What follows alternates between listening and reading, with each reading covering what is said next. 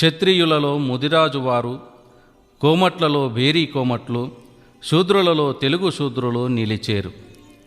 ఏ కులము వారైనా ఎన్ని పాపాలు చేసియున్నా నన్ను నమ్మిన వారికి మోక్షము కలిగేను. ఇంకను కొన్ని భవిష్యత్ వాక్యములు వినండి. నా మఠమున ఆరెదొండ పుట్టేను, 2 పాములు గుడి లోపల పొర్లాడేను, సిద్ధాపురము వీరన్న కొడికంట నీరు కారేను, ఆలంపురములోని జోగులాంబ విగ్రహానికి కంట నీరు కారేను, ఆ యమ్మ స్థనమున పాలు కారేను, శిఖరాన పాము చుట్టుకొని 3 రోజులుండేను.